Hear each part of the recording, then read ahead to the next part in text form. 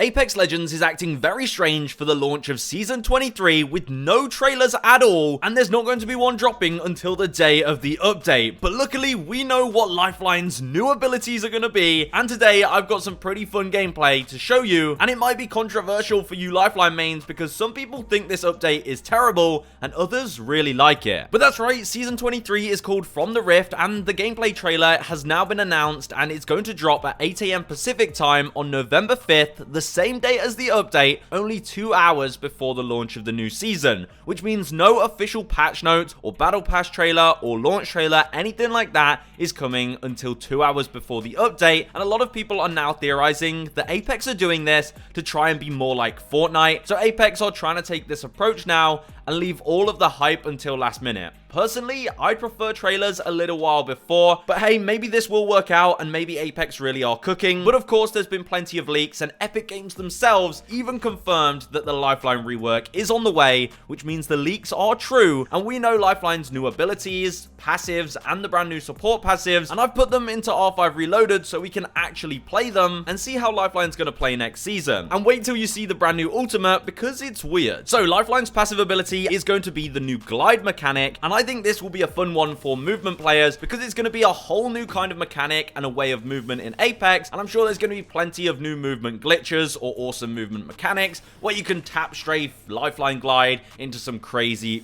movement. So what we know so far is that she will use her dock drone to allow her to glide while in the air for a short period of time, only 1.5 seconds, and as you can see in the gameplay, it's a pretty interesting movement mechanic. Now, I'm sure Apex will execute this even better, and hopefully they do make it quite forgiving in the way of movement, being able to strafe sideways while gliding, but she should also be getting a perk that buffs her glide ability, allowing her to glide for 3 seconds, which is a really long time, and if you're on a map with a lot of elevation and you jump off a building, you could juke your enemies and go miles, and they won't be able to follow you. Also, you could hop off a zip line and glide and use that momentum. I think it'll be crazy. And Oz also said that her auto revive passive is staying, so using her drone to revive will actually be staying. However, Epic Games released this image by accident, which was showing OG Apex, and you can see Lifeline's revive shield. Because we know we're getting an OG Apex mode next season, this mode will also give us some OG abilities, and the Lifeline revive shield is only going to be for the limited time mode that is the OG Apex mode next season. It looks like she's not getting her revive shield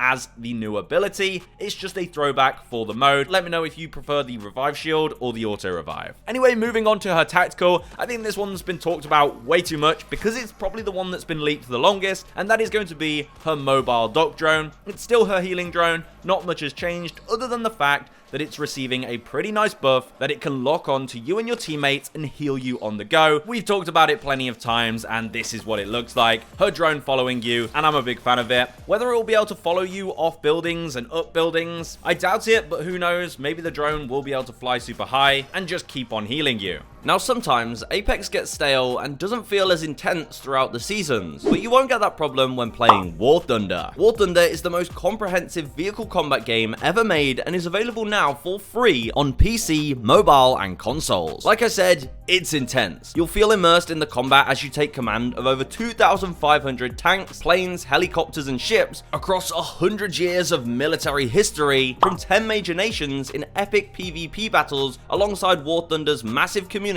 of over 70 million players worldwide. War Thunder also offers super realistic graphics and authentic sound to give you that ultra realistic experience, and there's so much customization in terms of camouflages, historical markings, and decorations for all vehicle types, including community created ones. It really does have everything, especially for you fans of military history. And I must mention that when you download and play War Thunder on PC, PlayStation, or Xbox by using my link in the description or pinned comment, you will receive a massive bonus pack that includes multiple premium vehicles, an exclusive vehicle decorator, 100,000 silver lions, and 7 days of premium account benefits. And this offer is available for a limited time, so go ahead and claim it now. But now, the ultimate. The ultimate has changed quite a few times based on leaks. For a while, we thought we were getting a special Shockbot 3000 that would create a barrier that you wouldn't be able to walk through. Well, instead, the new ultimate will allow Lifeline to place a deployable barrier, and it's going to be a cylindrical ring, like a Gibraltar dome, but without a top, so instead it's just a ring that goes vertically up, meaning you are prone from attack from from above, and it should act pretty similar to a Gibraltar dome, so enemies won't be able to shoot you inside it. However, while inside this protective barrier, you and your teammates will have sped up healing and should heal 2 times faster. So as you can imagine, popping healing items in this thing is gonna go crazy, and you'll be able to heal up super quickly and get straight back in the fight while also having protective cover. Of course, if the ultimate doesn't have a top, it could be a grenade magnet. You'd be able to throw grenades in there like crazy, so if you're playing Lifeline and using this ultimate, you better keep an eye out for those grenades and make sure you know when one's coming so that you can get out of the way. But I think this ultimate sounds pretty interesting. Of course, we don't know every fine detail. It could work slightly differently here and there, but I think it looked super cool in modded Apex when I made it, and I think it will be a pretty interesting Lifeline ult, and I'm kind of bored of the care package, so it's going to be a fun one to try out. I think it's going to be a lot of fun trying out Lifeline next season anyway, because Oz also mentioned the brand new support perks, and these support perks sound crazy. He said supports will no longer be slowed from healing items. This doesn't seem super OP, but it definitely seems like a very handy ability to have. The amount of times you're stuck healing and you just wish you could move faster, this is going to solve that. But also, what seems extremely overpowered is small healing items do double effect for support legends, meaning shield cells and syringes will heal for 50 health. That used to be the perk for gold armor, and that was OP, and they removed that. So I'm not sure why they're bringing that back to support legends.